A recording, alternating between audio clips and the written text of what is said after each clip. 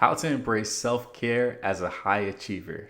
So growing up, my dad, just like most dads, he used to always give me stories about how he worked extremely hard, harder than we work nowadays. He would give me stories about how living in South Carolina, out in the country, to get money, he would have to pick cotton or pick tobacco or pick cucumbers and all this other stuff. Basically, he had to go in the field and work as if it was like 1801 in order to make money.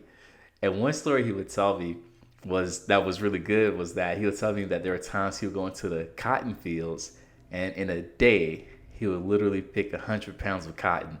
And when you think of cotton, you think of these like little small, like really light things, if you will. So the idea of picking 100 pounds worth of cotton in a day, I mean, that's hard work all in and of itself. Like it's like, whoa, like that's like some like Herculean effort, or it's like a feat, like Rocky Balboa when he defeated, the Russian guy in the movie Rocky, or Apollo Creed and all that stuff. Like it was amazing to hear. I still have to say that to this day. With that being said, my father, he instilled one value in us. He instilled a lot of values, but one value he instilled in us was the value of hard work. He talked to us a lot about how it's important to get up early, the whole saying, the early bird gets the worm and all that stuff. But to get up early, to work hard, to show up, those little things.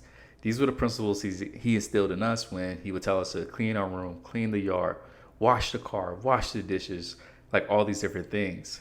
And from there, what ended up happening was I developed this value of hard work.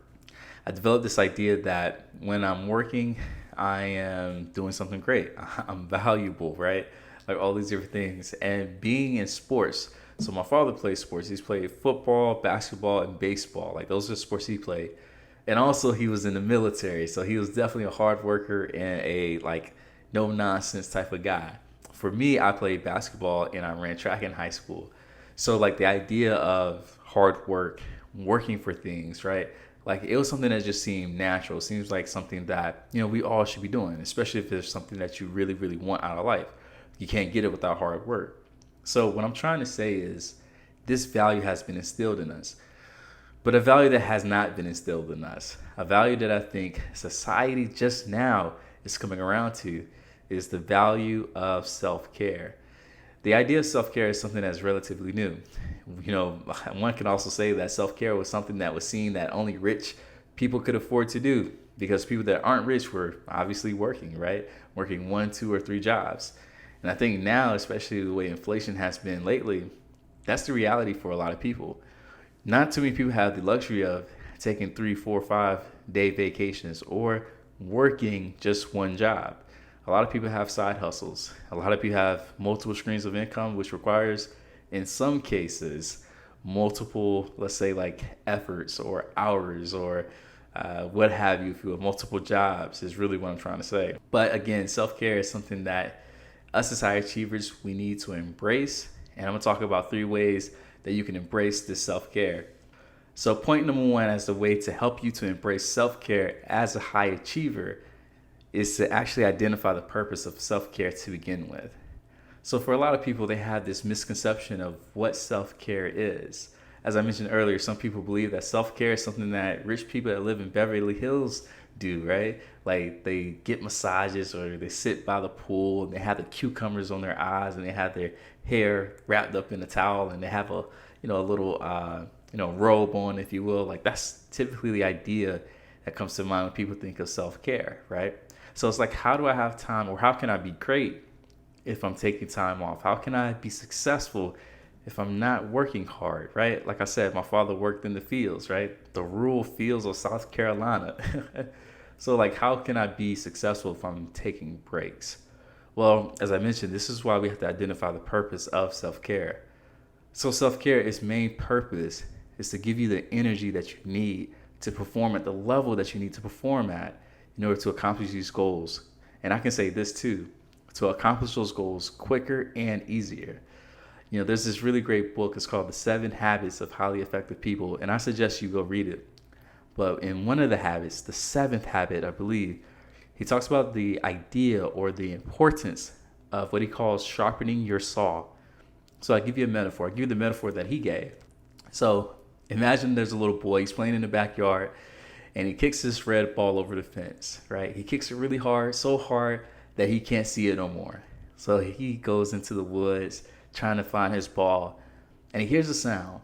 He hears the sound of something going back and forth, something being cut in half, and he goes and he finds out where it's coming from. And he looks up and he sees that there's this guy in the back, right? He's just in the back, just chopping wood. And he stops and he looks at the guy, and he's noticing that he's struggling, and he asks him, "Hey, mister, what you doing?"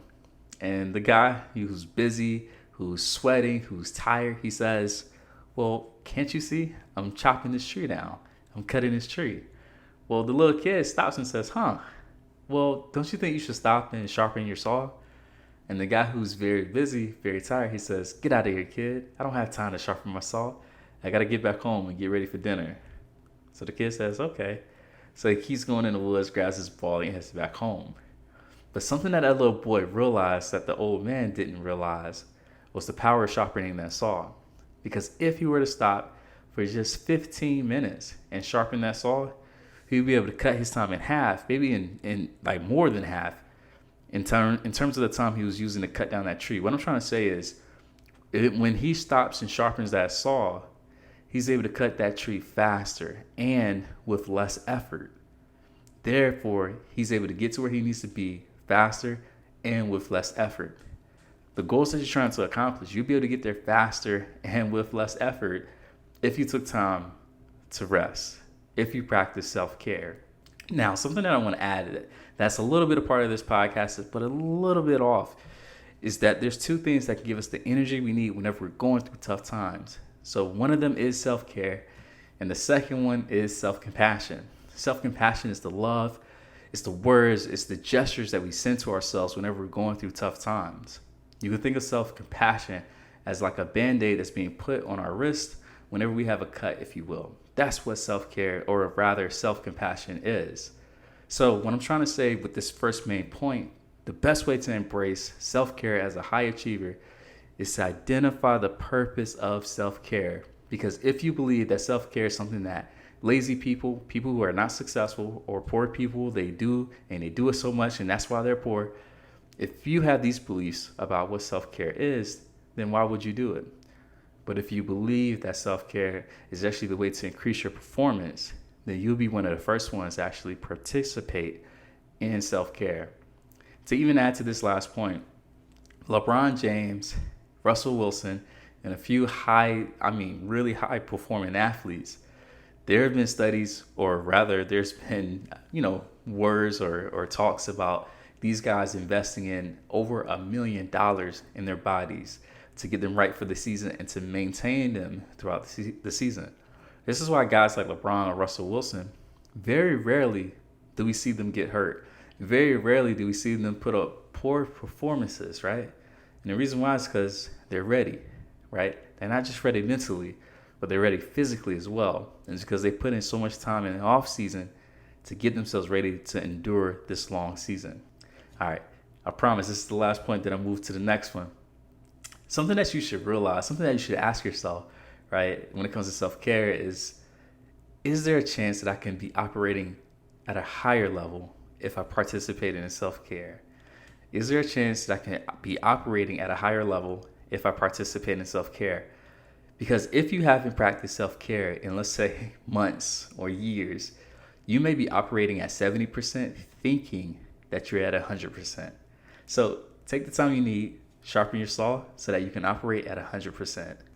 Point number 2 as to why it is hard for high achievers to embrace self-care is because they have an identity issue. More specifically, they are over-identifying with their work. What happens when you stop working? Are you still worthy? Are you still the person that you say that you want to be? Do you still look at yourself with the same love and respect and let's say admiration, if you will, when you're not working? One of the toughest things for athletes when they retire is to find out who they are. It's to use that free time that they have to invest in themselves, their family, or whatever the case it may be.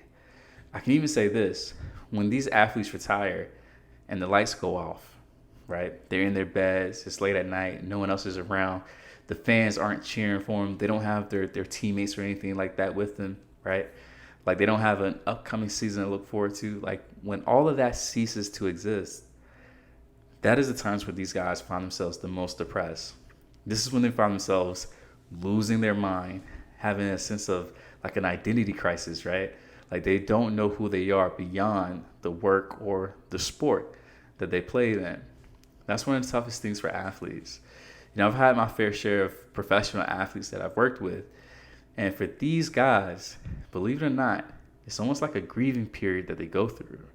They feel as though they're grieving their dreams because now they know that it's gone, it's over, and that there's this new chapter that they have to embrace. You know, the same thing is true for you as well.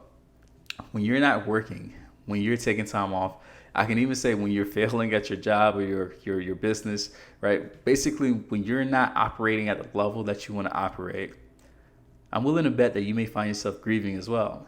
You may call it sadness, but sadness and grief, they're very similar. We're sad because something is gone. When people are grieving, they're grieving because a loved one is now gone. And when you're not working, there's probably a good chance that you find that you don't feel as worthy. You feel as though, you know, I'm not that hard worker that I want to be. And now I need to go back and, you know, put in more hours, right? And now we're getting to something called burnout, if you will. But here's the thing, guys. If you're able to let go of this identity, if you're able to accept yourself for who you are, right? Like you're a person who happens to have a job. You're a person who happens to have a business. When you can accept and see yourself for who you are, your ability to let go and to participate in self-care becomes easier because you're not over-identifying with, again, your career or your business. Now, with this being said, guys, when it comes to the life that we live, there are so many different domains of it. And this is something I do with a few of my clients, for really all of my clients, where we talk about the 4 domains of life. One of those domains is career and education, right? It's very important to our lives. It's something that we should invest time into. But there's other domains in our life. There's other things that make up who we are. So that second domain is relationships. So your family, your friends, your partner, right? Even the people in your community, right? These are all people that make up the relationship part of your life. The third part is personal growth and personal health. So what are you doing to, let's say, stay healthy? What are you doing to rejuvenate yourself, right? What are you doing when it comes to your personal goals, right? Whether it's to become more of a leader, increase your confidence, right? Any of those things. Get back into the gym, eat healthier, right? This domain of your life is something that we need to focus on as well. And then that last domain is leisure time. So what do you do to get away from it all? How do you recharge yourself when you find yourself feeling drained? These are the 4 domains of life. And career and education is just one of them. All right. I want you to think of it like this, if you will. I want you to imagine that these 4 domains, they're like seeds. And your time is like water. And if you're not careful, you're going to put all your water into that career seed. And it will grow and it will flourish. But what happens to all the other 3 seeds? Do they ever grow? Do they die? Good chance they will. And I would ask you, would that affect your career? Will that affect how you're living? Will that affect how you're running your business? It's a good chance it will. Have you ever seen someone who's an entrepreneur that's also going through a divorce? Have you ever seen someone who is trying to work a 9 to 5, but they're also, let's say, drained because they're not eating healthy, drained because they're burnt out, drained because they're not getting physical exercise, or let's say they're just not having fun because they're not having anything outside of work to keep them interested, right? So they don't have any hobbies, they don't have friends to talk to or whatever. Those people tend to perform at a low rate. They tend to perform lower than people who are, as I said with LeBron and Russell Wilson, they tend to perform lower than people that are actually investing in the other areas of their life, specifically rest. So I want you guys to know that this is actually a key component to actually performing better. But if you over-identify with your work, it's going to make it very hard for you to let go of it. So ask yourself, who are you outside of your job? Who are you outside of your career, right? Outside of your business?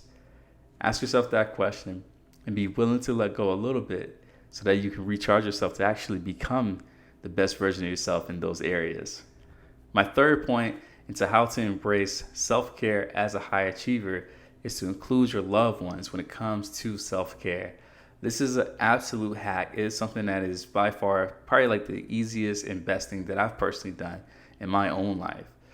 One thing that I love doing is going on trips with my family.